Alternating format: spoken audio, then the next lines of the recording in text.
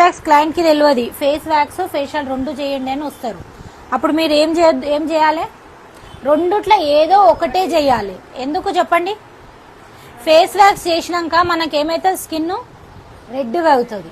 ఆ రెడ్ దాని మీదనే మీరు ఫేషియల్ చేశారనుకోండి, ఫేషియల్లో ఏమేమి ఉంటాయి? స్క్రబ్ చాలా రఫ్ ప్రోడక్ట్. అది ఫేస్ వ్యాక్స్ అని అవాయిడ్ చేయండి, ఫేషియల్ అని అవాయిడ్ చేయండి.